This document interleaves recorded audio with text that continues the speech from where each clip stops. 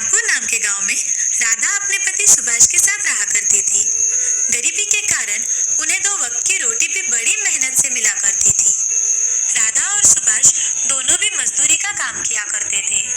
शादी के 1 साल बाद ही सुभाष ने दूसरी शादी कर ली और राधा को अकेले छोड़कर चला गया। ये देख राधा फूट फूट कर रोने लगती है। तभी राधा को पता चलता है कि वह गर्भवती है। अब उसकी आंखों से तो आंसू रुकने का नाम ही नहीं लेते। उसका अब जीने का एक ही सहारा बचा था, वो था उसका आने वाला बच्चा। अब दूसरे ही दिन राधा मजदूरी का काम करने चली जाती है। सुभाष के चले जाने के बाद राधा अकेली हो चुकी थी। वह खुद ही अपना ख्याल रखा करती थी।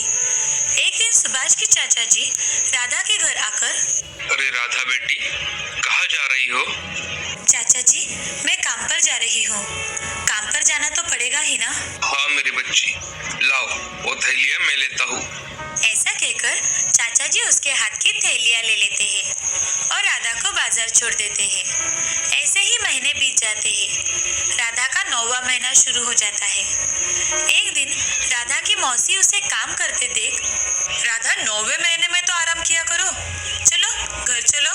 नहीं मौसी, आप तो जानती हो ना घर के हालात, मुझसे जब तक काम होता है तब तक मैं काम करूंगी। तू तो मेरी बात बिल्कुल भी नहीं सुनेगी।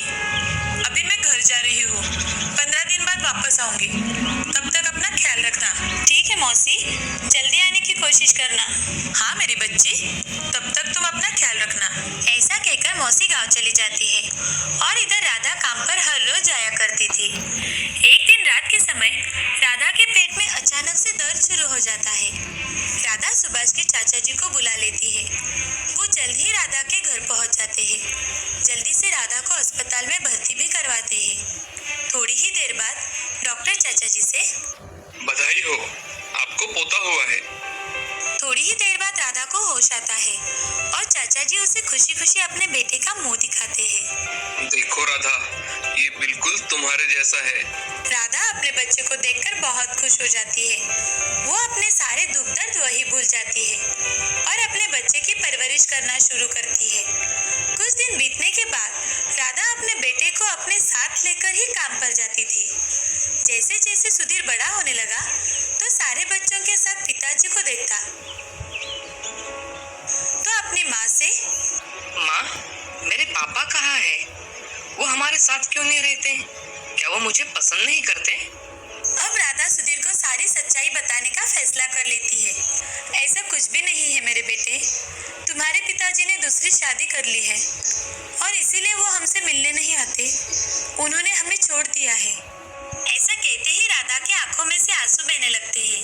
वह आंसू देखकर सुधीर राधा से, रो मत माँ, मैं हमेशा तुम्हारे साथ रहूंगा। मैं तुम्हारा साथ कभी नहीं छोड़ूंगा माँ। सुधीर की बातें सुन राधा अपने आंसू पोंछ लेती है और सुधीर को गले लगा लेती है। अब राधा सुधीर को स्कूल में भेजने का निर्णय लेती है और उसका दाखला करवाती है। सुधीर पढ़ाई में बहुत ही होशियार था। उसका पढ़ाई में हमेशा ही अव्वल नंबर आया करता था। सभी शिक्षक भी उस पर बहुत खुश थे।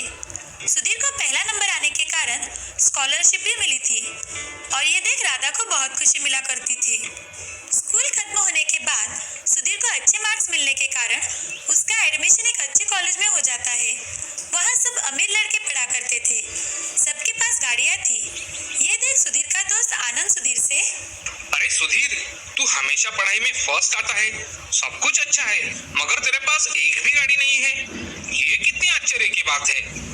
ये सुन सुधीर को बहुत ज्यादा गुस्सा आ जाता है, मगर वह अपने दोस्तों से झूठ बोलता है कि, अरे तू क्या समझता है सिर्फ तेरे पास गाड़ी है? मेरी माँ ने मुझे मेरे जन्मदिन पर ही गाड़ी तोहफे में दी थी। मेरे पास भी गाड़ी है। ऐसा कहकर सुधीर वहां से चला जाता है। उसे अपने घर के हालात पता थे, लेकिन फिर भी अपने साथ पढ़ते बच्चों की शान और शौकत देख उसे भी मन ही मन लगने लगा था कि उनके जैसे कपड़े पहने, उनकी जैसी गाड़ी उसके पास हो। घर जाकर सुधीर अपनी माँ से, माँ, मुझे कल के कल ही बाइक चाहिए। अरे सुधीर, आज क्या हुआ है बेटा तुम्हें? ऐसे क्यों बात कर रहे हो? तुम तो जानते हो ना अपनी हालत। अभी हमारे पास पैसे कहाँ है? थोड़े थे वो तो तुम्हारे एडमिशन में चले गए। अब मैं कहाँ से पैसे लाऊं? मुझे वो कुछ पता नहीं माँ, मुझे कल सुबह बाइक चाहिए बस।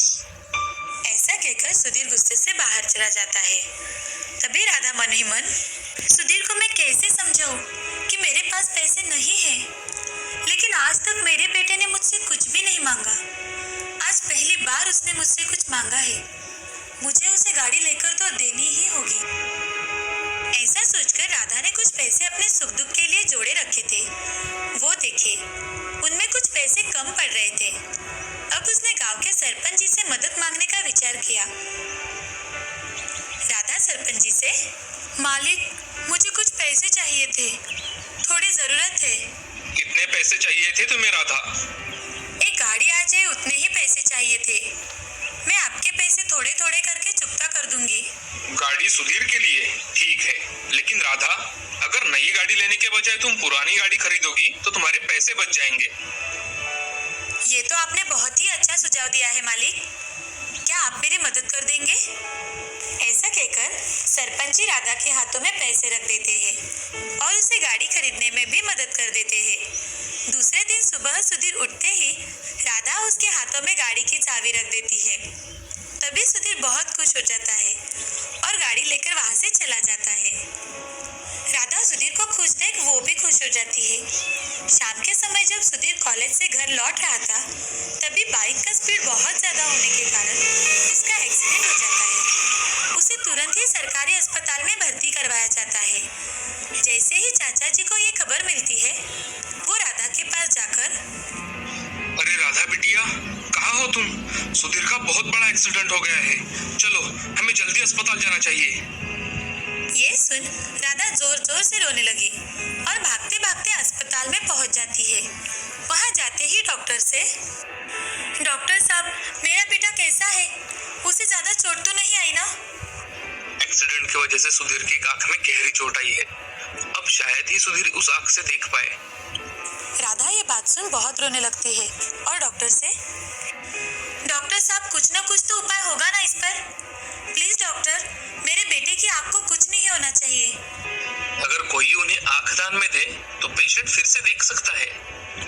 डॉक्टर, मेरे बच्चे को मेरी आंख दे दीजिए।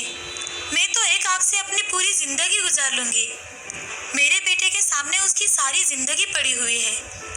उसको तो अभी पढ़ाई भी पूरी करनी है। आप उसे मेरी आंख दे दीजिए। ठीक है, जैसा आप चाहे। डॉक्टर, मेरे बेटे को कभी मत बताना कि ये आंख मैंने उसे दी है। ठीक है।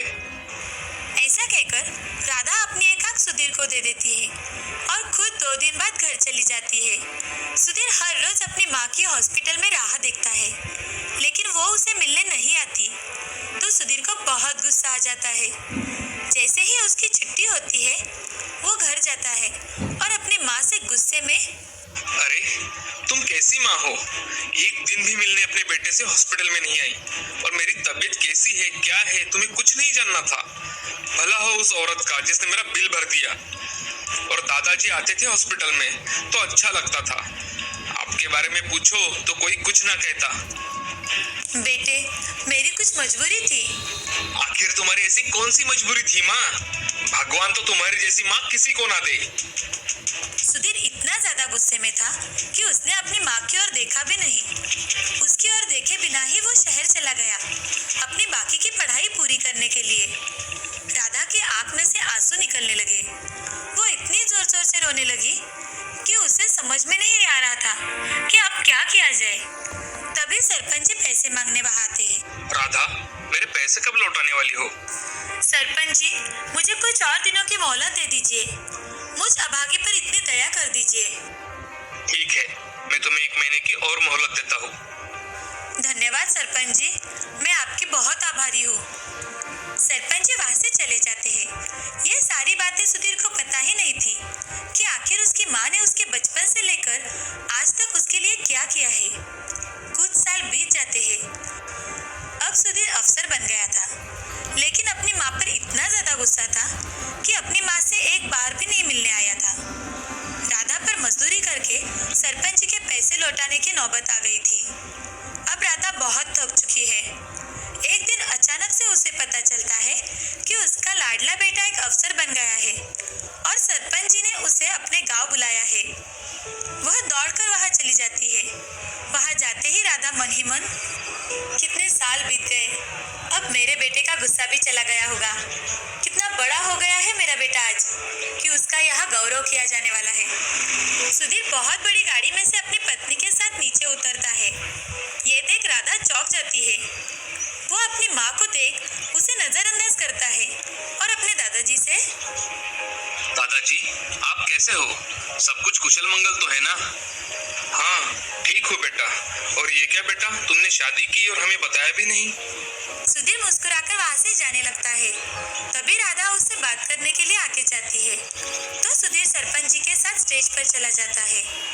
ये देख राधा को बहुत बुरा लगता है, लेकिन अपना बेटा इतना बड़ा अफसर बना है, ये देख मन ही मन बहुत खुश हो जाती है। ये सारी बातें चाचा जी दूर से देख रहे थे और कुछ वक्त बाद चाचा जी सुधीर से, सुधीर, कोई अपनी माँ के साथ ऐसा करता है क्या? वो मेरी माँ कहने के लायक नहीं है दादाजी। वो मेरे बारे में अच्छा नहीं सोचती, सिर्फ खुद के बारे में सोचती है। भला ऐसी कोई माँ होती है? सुधीर, कोई अपनी माँ के साथ ऐसा करता है क्या? वो कितने दिन से तुम्हारी राह देख रही थी। दादाजी, उसके लिए तो मैं हॉस्पिटल में ही मर गया था, जहाँ वो मुझे देखने तक नहीं आई। ये सुन राधा फूट फूट कर रोने लगती है। तभी चाचा जी सुधीर को एक जोर का थप्पड़ लगाते हैं और सारी हकीकत बताते हैं। सुधीर, राधा तुमसे मिलने नहीं आ पाई क्योंकि उसने तुम्हें अपनी आंख डोनेट की थी। अगर वो ऐसा नहीं करती तो तुम जिंदगी भर के लिए एक आंख से अंधे हो जाते। ऐसी माँ नसीब वालों को मिलती है सुधीर, तुम्हें तो इसकी कोई कदर नहीं है। कभी अपनी माँ से पूछा कि आखिर उसकी आंख को क्या हुआ है? सुधीर चाचा जी की बातें सुनकर चौंक जाता है और भागते हुए अपने माँ के पास आता है। अपने माँ के पैर पकड़कर माफी मांगता है। सुधीर की आंखों में आंसू देख राधा उसे माफ कर देती है और अपने बेटे को गले लगा लेती है। हमें इस कहानी से ये सीख मिलती है कि अपने बड़ों का हमेशा सम्मान करना